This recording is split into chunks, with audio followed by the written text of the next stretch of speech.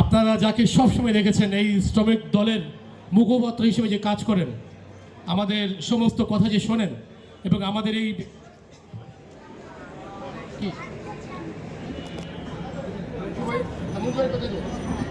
যিনি কাজ করেন, যিনি আমাদের সুখ দুঃখের সঙ্গে সবসময় সরাসরি জড়িত, আমরা কথা বললে শোনেন এবং সেই কথাটা হচ্ছে কেন্দ্রীয় নির্বাহী কমিটিতে পৌঁছায় দেন, সেই আমাদের প্রিয় নেতা, প্রিয় ভাই, প্রিয় বন্ধু, বাংলাদেশ জাতীয়তাবাদী শ্রমিক দল কেন্দ্রীয় কমিটির বিপ্লবী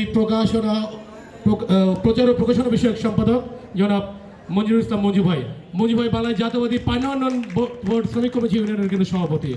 এবার বক্তৃতা রাখার জন্য আহ্বান জানাচ্ছি জনাব মঞ্জুরুল ইসলাম মঞ্জু ভাইকে। বিসমিল্লাহির রহমানির রহিম। ঢাকা মহানগরী ইমারত নির্মাণ শ্রমিক দলের ৩৭তম প্রতিষ্ঠা বার্ষিকীর আজকের এই আলোচনা সভার সম্মানিত সভাপতি, ইমারত শ্রমিকদের আশা আকাঙ্ক্ষার প্রতীক, এই সংগঠনকে যিনি তিলে তিলে আজকে এই পর্যন্ত দাঁড় করিয়েছেন, অত্যন্ত মেধাবী, পরিশ্রমী এবং যোগ্য নেতৃত্ব, যার নেতৃত্বে শুধু ইমারত শ্রমিক নয়, ঢাকা মহানগর উত্তর শ্রমিক দল আজকে বাংলাদেশের সর্ববৃহৎ শ্রমিক সংগঠন হিসাবে বা শ্রমিক আন্দোলন হিসেবে আত্মপ্রকাশ করেছেন। সেই প্রিয় নেতা, প্রিয় ভাই, প্রিয় বন্ধু, প্রিয় সহকর্মী জনাব কামরুল জামান উপস্থিত আছেন। বাংলাদেশের শ্রমিক রাজনীতির দেখভাল, যার নেতৃত্বে সারা বাংলাদেশের শ্রমিক সমাজ তার নিজেদের দাবি দেওয়া থেকে শুরু করে এই ফ্যাসিস্টদের বিদায়ের আন্দোলনে নিজেদেরকে সম্পৃক্ত করে বাংলাদেশের সর্ববৃহৎ শ্রমিক কাফেলা, যেটা বাংলাদেশ জাতীয়তাবাদী শ্রমিক দলের নেতৃত্বে বিগত ৫ তারিখ পর্যন্ত আন্দোলন সংগ্রাম করে হাসিনার পতনকে ত্বরান্বিত করেছিলেন, সেই প্রিয় নেতা, প্রিয় সংগঠক দেশনেত্রী বেগম খালেদা জিয়ার বিশেষ সহকারী, যাকে নিয়ে আমরা শ্রমজীবী মানুষ অহংকার করি, গর্ব করি, বাংলাদেশের প্রথিতযশা রাজনৈতিক ব্যক্তিত্ব অ্যাডভোকেট শামসুর রহমান শিমুল বিশ্বাস আজকের এই সভায় প্রধান বক্তা হিসেবে বক্তব্য করে গেছেন। বাংলাদেশে যার নেতৃত্বে সাব ফুটবলের কাপ বিজয় আমরা পেয়েছিলাম জনাব আমিনুল হক,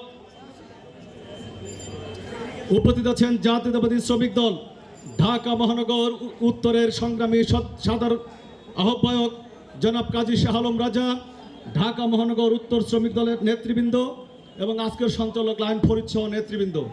বন্ধুরা, আমি বক্তব্য দেব না, শুধু আপনাদের কাছে দুইটা তিনটা কথা বলে আমি শেষ করব। 1971 সালে আমাদের দেশে স্বাধীনতা এসেছিল।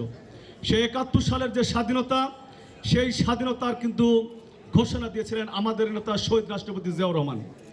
বন্ধুরা, সেই 71 সালের যুদ্ধে একটা পক্ষ আমাদের বিরোধিতা করেছিল, সেই বিরোধী শক্তিটা হলো রাজাকার। আর একটা পক্ষ স্বাধীনতা যুদ্ধের সময় সশস্ত্র যুদ্ধ না করে এদেশ থেকে পালিয়ে ভারতে আশ্রয় নিয়েছিল। সেই শক্তিটা হলো একটা হলো পরাজিত শক্তি, আর একটা হলো পলাতক শক্তি।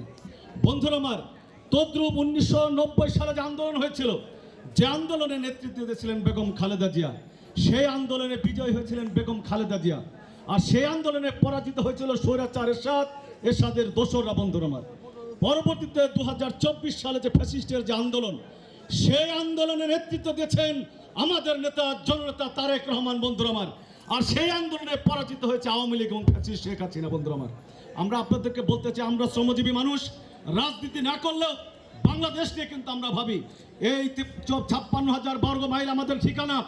আমরা 53 বছরের রাজনীতিক ইতিহাস যদি খুঁজি, 71-এর যুদ্ধের নায়ক ছিল শহীদ রাষ্ট্রপতি জিয়াউর রহমান। 90-এর যে আন্দোলন, সেই আন্দোলনের মহান নেত্রী ছিলেন বেগম খালেদা জিয়া। আর 24-এ যে ফ্যাসিস্ট বিরোধী আন্দোলন হয়েছে, সেই আন্দোলনের নেতা হলো জনাব তারেক রহমান। বন্ধুরা আমার, আজকে সামনে বড় একটা চ্যালেঞ্জ। এই চ্যালেঞ্জকে যদি আমরা অতিক্রম করতে চাই, বন্ধুরা আমার, বিজয়ী যে শক্তি জিয়াউর রহমান, খালেদা জিয়া এবং তারেক রহমানের নেতৃত্বে বাংলাদেশ জাতীয়তাবাদী দলকে সামনে যে নির্বাচন আসবে, সেই নির্বাচনে পরাজিত সমস্ত শক্তিগুলোকে ঐক্যবদ্ধভাবে আমাদেরকে পরাজিত করে বিজয়ের সর্বশেষ মুকুট, যেটা জাতীয় নির্বাচনে জয়যুক্ত হয়ে রাষ্ট্র ক্ষমতায় আমাদের আসতে হবে। বন্ধুরা আমার, আর সেই ক্ষমতায় আসার সর্বশ্রেষ্ঠ সিঁড়ি হলো বাংলাদেশের শ্রমিক সমাজ। বন্ধুরা, নেতা অ্যাডভোকেট শামসুর রহমান শিমুল বিশ্বাস এ ব্যাপারে বিস্তারিত বলবেন। 18 কোটি ভোটারের 60 কোটি 35 লক্ষ যে শ্রমিক, সেই শ্রমিকের অংশ হিসাবে আমরা আগামী জাতীয় সংসদ যে নির্বাচন হবে, সেই নির্বাচনে প্রত্যেকটা শ্রমিক বাংলাদেশি জাতীয়তাবাদ, শহীদ রাষ্ট্রপতি জিয়াউর রহমান, বেগম খালেদা এবং তারেক রহমানের প্রতীকের ভোট দিয়ে আমরা জয়যুক্ত করে তারপরে আমরা আমাদের রাষ্ট্রীয় ক্ষমতার দেশনেত্রী বেগম খালেদা জিয়া, তারেক রহমানকে বসে আমরা ঘরে ফিরে যাব। এই আশাবাদ ব্যক্ত করে আজকের এই রাতের বেলায় আপনারা দীর্ঘক্ষণ অপেক্ষা করছেন প্রিয় নেতার বক্তব্য শোনার জন্য।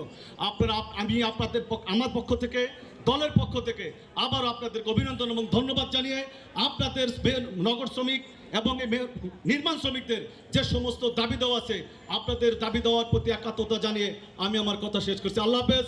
বাংলাদেশ জিন্দাবাদ। বাংলাদেশ জাতীয়তাবাদী শ্রমিক দল জিন্দাবাদ। ঢাকা মহানগরী ইমারত নির্মাণ শ্রমিক দল জিন্দাবাদ। দেশনেত্রী বেগম খালেদা জিয়া জিন্দাবাদ। শহীদ জামর হোক। জনাব তারেক রহমান জিন্দাবাদ। জিন্দাবাদ।